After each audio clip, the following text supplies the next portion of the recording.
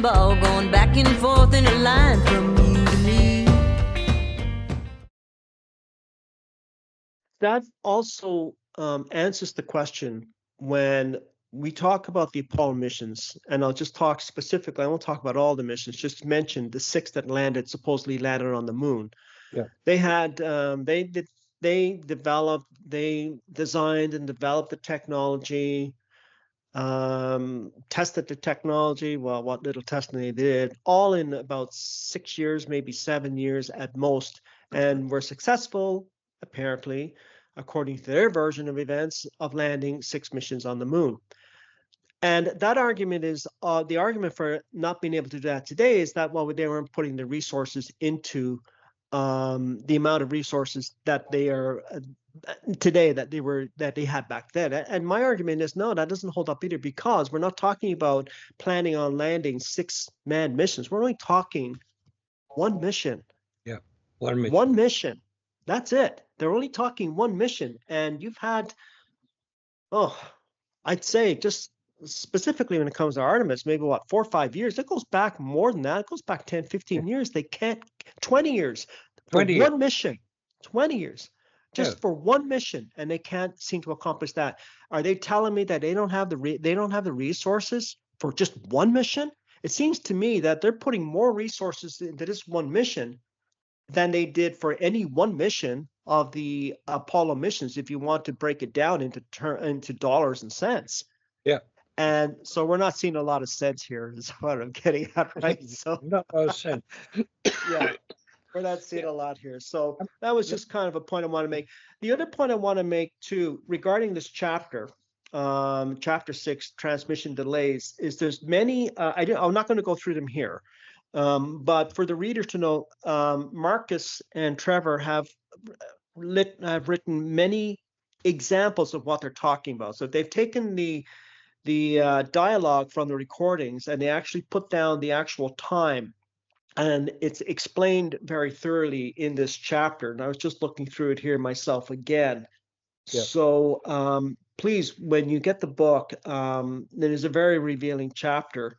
Again, too much to go into here, but definitely the points that we talked about, basically highlight what Marcus and Trevor are talking about. Marcus, I'd like to move on now to chapter 7. Okay. And I like this chapter too. Well, I like all the chapters, but this one has some very interesting ideas in it as well. For those of you, chapter 7 is called Apollo Video Secrets. I'd like to turn to page 58.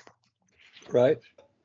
And we're going to talk with the second paragraph down. I'm going to read that. Yep.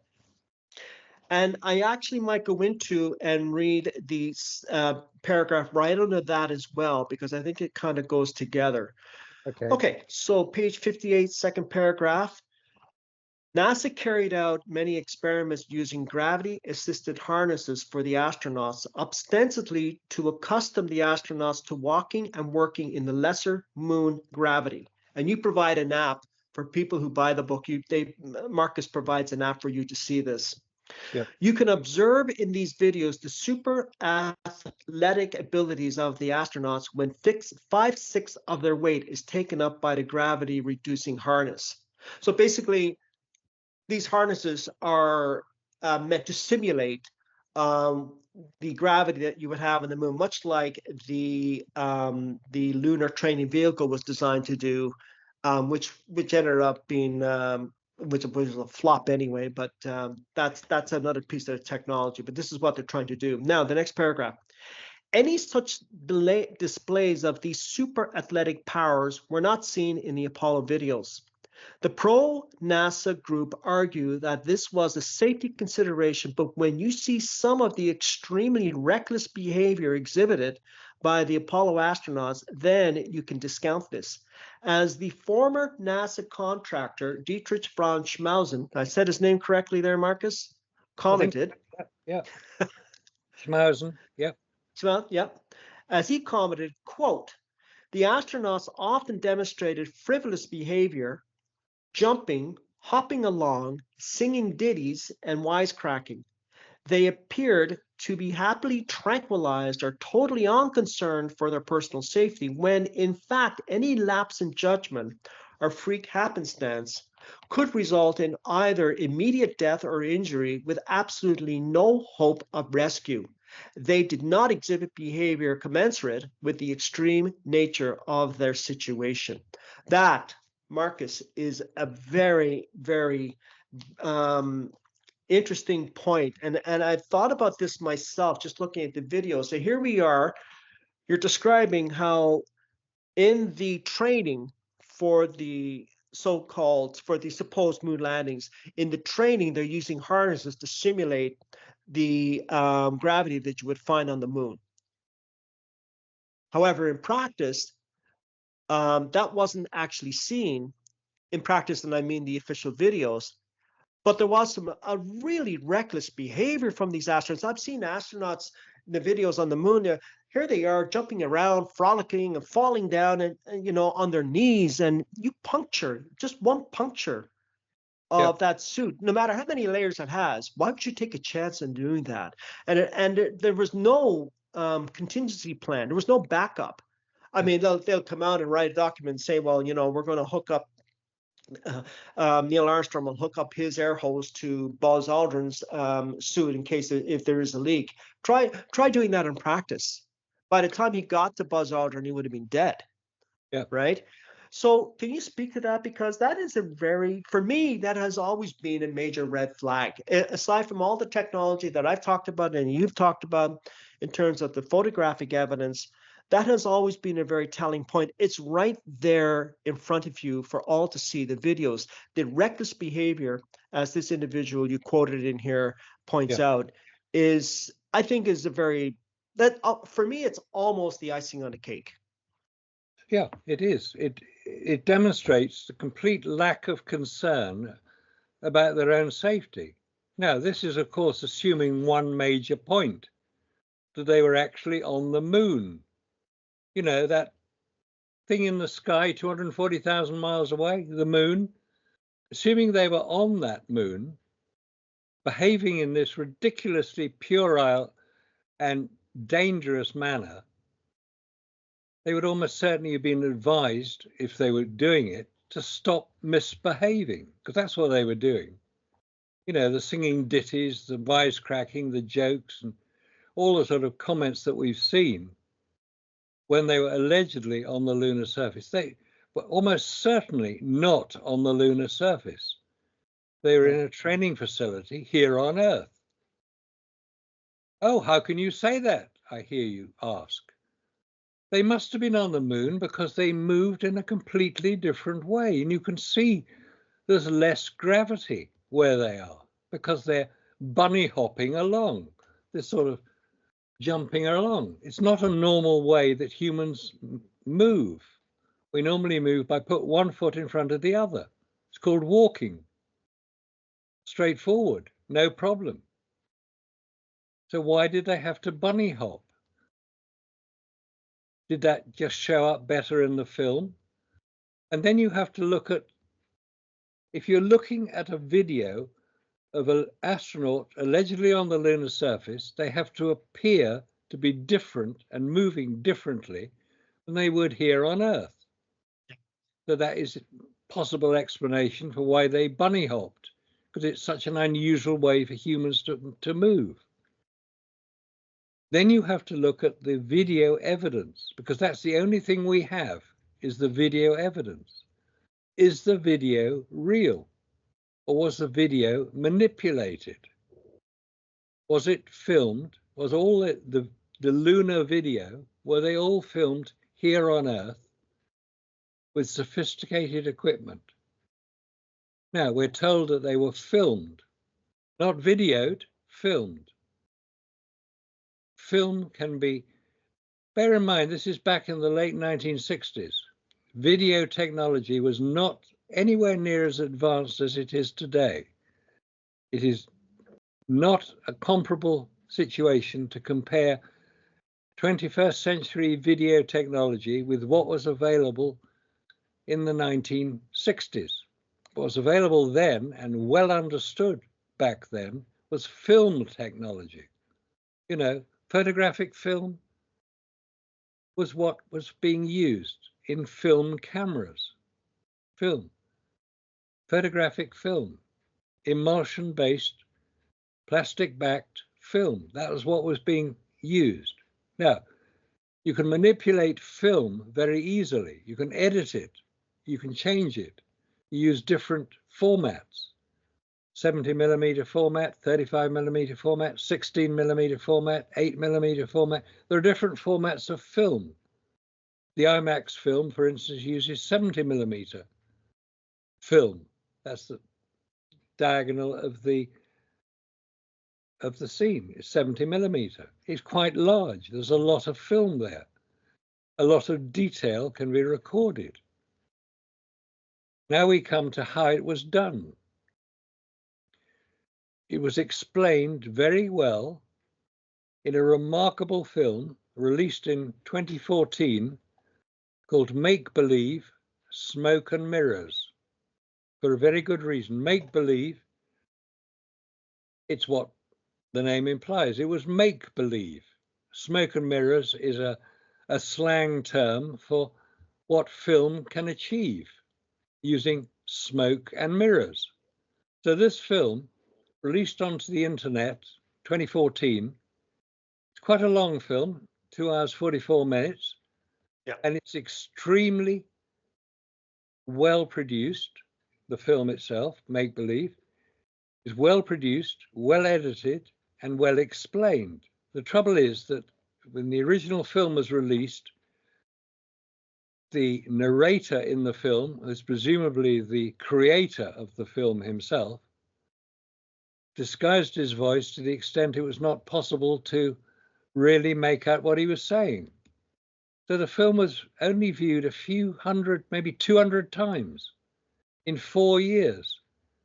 That is such a low number of views, probably occasioned by the lack of narration, because you do need an explanation as to what you're looking at, that it wasn't viewed very much. Now it has been dubbed by Robert Williams on the Apollo Detective site. If you go there, you can see it. You can watch it and hear the narration, which follows what was being said. And it explains how all this was done. It's an incredible piece of technological sophistication made by somebody who obviously knew what was going on, understood film technology, and put the film online for everybody to see.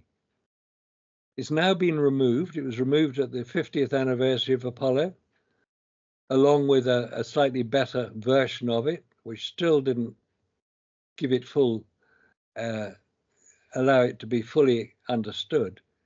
But it explained it was filmed at 144 frames per second. That is very fast filming. Normal film is projected at about 30 frames per second, or 24 frames per second. So to film at 144 frames per second, what you're seeing is not slowed down normal film, filmed at 24 frames per second, because if you slow it down by 50%, it's going down to 12 frames per second, most people would immediately spot that it was slowed down. No, it's much more sophisticated than that. You start with a film of 144 frames per second, and you then, using a device called an optical printer, it was well understood in the 1960s because it was familiar to many people working in the film industry. That's how you copy film. You project your original so that another camera records the copy. You can record it as many times as you like. That's why when an original film is made, it can be shown in hundreds of cinemas around the world, because they copied the original with an optical printer. But an optical printer is a sophisticated device to allow you to manipulate the film as well. If you want to slow down the action from 144 frames per second, you remove every second and third frame from the film, and it will appear to be much slower but without the jerkiness that a very slow film would show. So the optical printer was used to create the films, not videos, the films that we see. People get confused by the idea that they were videoed. There were videos made, but the video was not what was being used on this occasion. It was the film recording. And people will say, well, you can't disguise film from video, because if you try to copy it, you'll get scratches on it, you'll get dust on it, and you can see it. No, it can be done professionally, and professional filmmakers know exactly what to do to copy a film.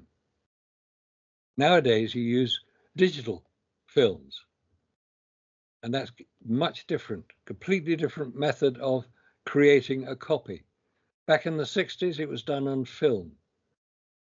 And Make Believe Smoke and Mirrors explains exactly how this was done, using models for some of the shots. The famous Grand Prix, the Apollo 16, when they drove this lunar rover, which appears life-size. It appears to be behaving in a very lifelike manner on the moon, quite fast, to show just how big the set was, presumably. Yeah, if the model lunar rover was only 1 foot long, you don't need a very big set to go a long way away. And you can see film nowadays of lunar rover, well, basically vehicle radio controlled models doing the most extraordinary stunts. So it's not beyond the realm of possibility, at the very least, that the Apollo 16 Grand Prix film was a model about 1 foot long with a mannequin astronaut sitting in it who doesn't move. His arm is like this, his left arm, because he's using, allegedly, his right arm to steer the thing with, because the steering mechanism is in the center of the lunar rover. His left arm is stuck up like this, and it stays like this the whole way throughout the film. It doesn't move, which is a very unusual situation for anybody in a vehicle. You'd expect, at least if it's bouncing, the arm would bounce a bit, but it doesn't need to do that. Yeah. The idea that this is a real life-size lunar rover is just so much nonsense. But NASA will not admit that they used a model and a mannequin. It's a standard film technology to use models. It's been used since Buster Keaton filmed The General. Some of that was models. So the idea that models were not used is just does not stand up to inspection, doesn't stand up to question. But NASA will not admit they use models. The pro-NASA supporters never claimed that models were used, because they dare not say that. Oh. So we've got this ridiculous dichotomy between the reality of what we're looking at, models, and the insistence by NASA that this is the real thing on the moon. It doesn't stand up to examination. The NASA story is falling apart day by day, film by film. It's a sad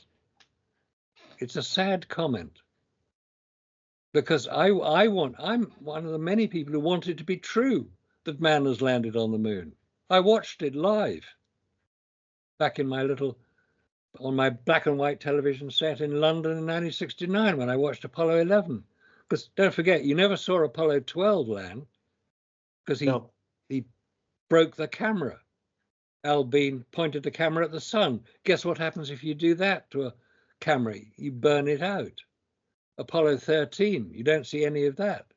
So between July 1969 and the landing of Apollo 14, nearly 2 years later, the interest in Apollo had basically dissipated, because they couldn't maintain the idea that it was real. They were desperate to do that, because that's how the money was coming in to pay all these people. They had to maintain the idea that it was happening. It wasn't. It never happened. And I think Apollo 12, that whole camera incident with Apollo 12 was scripted because they were leading up to the big one, Apollo 13. Yeah. And they knew that people were losing interest. And so they didn't want to have to spend all that money on production. And I think they put that into script, burn out the camera. So as we have to spend money on this, we'll spend money on Apollo 13 and make that a big production and create an emergency and get the world's attention back. That's kind of my take on that. When you were talking about, Marcus, smoke and mirrors, you actually do go into that a lot in your book here in that very chapter we're looking at. And when you were talking about smoke and mirrors, I just happened to come across another paragraph that I would like to add. I wasn't going to add this, but I like to add it now because it is very pertinent to what you had just mentioned. And you actually say it here. So I'll read this to finish off this particular chapter because I think it's an important point. Okay. So that's chapter 61, and we're looking at the third paragraph down. Okay. Okay. So frames per second was a crucial aspect of the hoax, and we need to understand it. A slow motion master at 144 frames per second was captured of the astronauts performing their tasks on an Earth-based lunar set. Often, the astronauts were suspended from a single counterbalanced wire, although not always. For example, in the Apollo 11 mission, no suspension wires were used and no background projection. Instead, they used extremely blurry video images, presumably to hide the deception. There were also no live feed offered to the news agencies who had to refilm the action from the video displayed on a large screen, further degrading the already blurred video.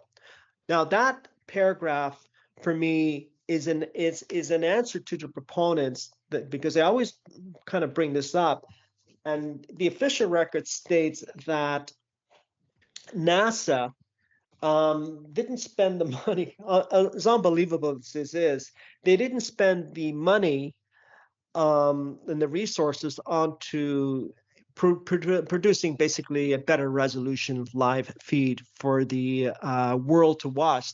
This was done on purpose to hide exactly the points that you had just made here, and that's why that paragraph is so significant. You can just briefly elaborate on that. Yeah, no, when Apollo 11 was announced as landing, the world watched. We're told 600 million people were watching.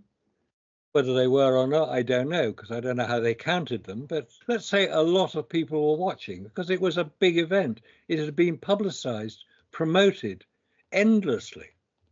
All the television stations were at it, all in America, NBC, CBS, ABC, they were all going to carry it. They were interrupting programs to make announcements about it. In the UK, the BBC were carrying it. They'd sent their reporter, James Burke, to Florida to be present when the launch took place. So there was a huge interest, a really big interest. That was deliberately done. NASA wanted people to watch this.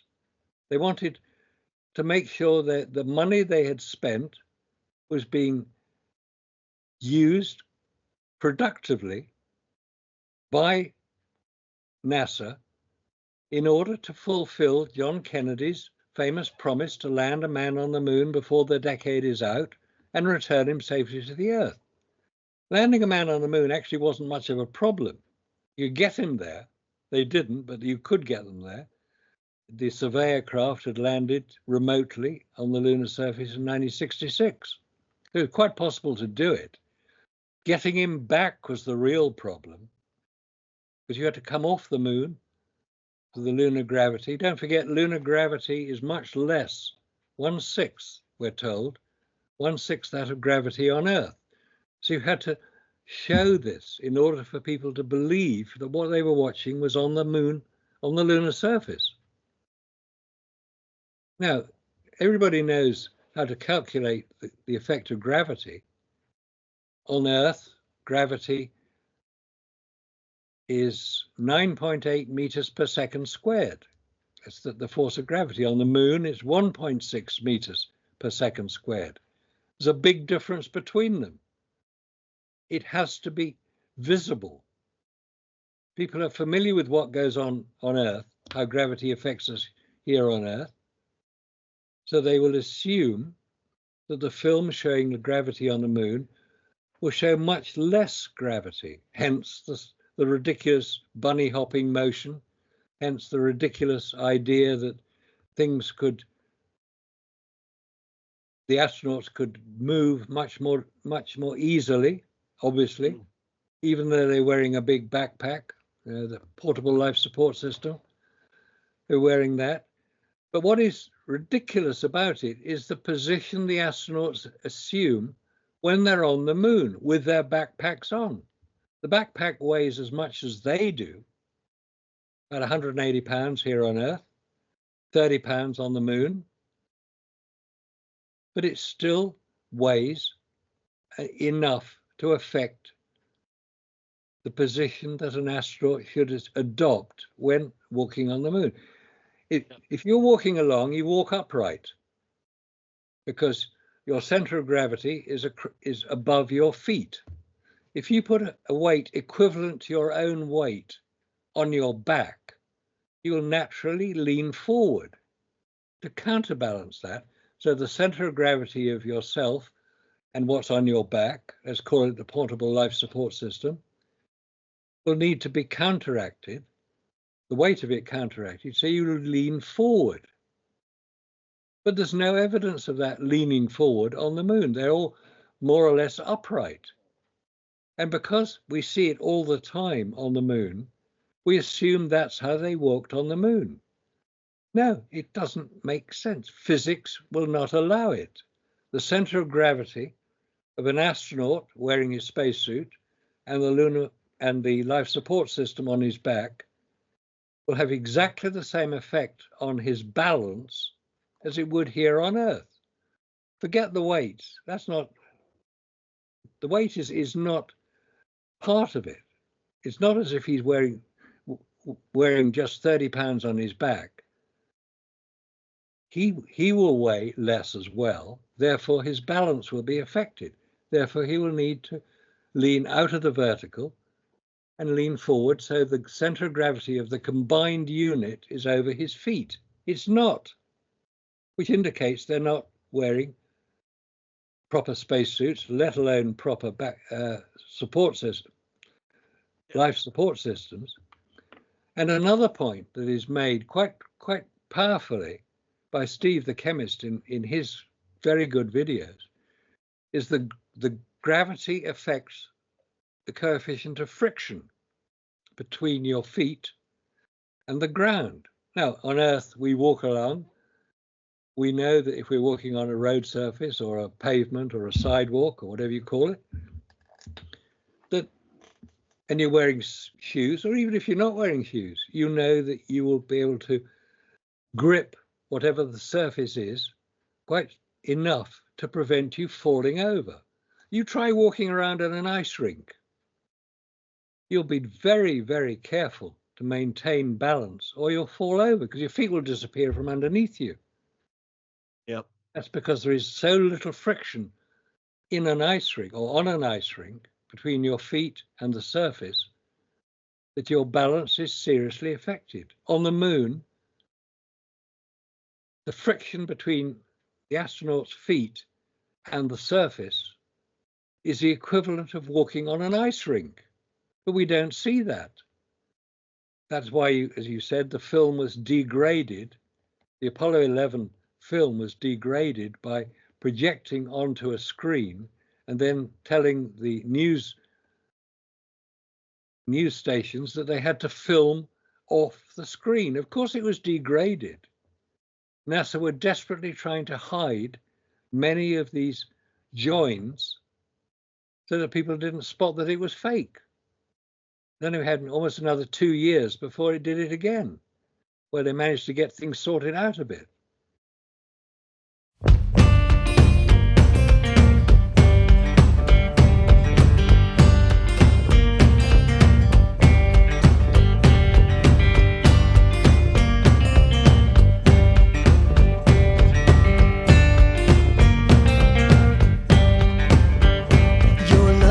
like a wrecking ball going back and forth in a line from you.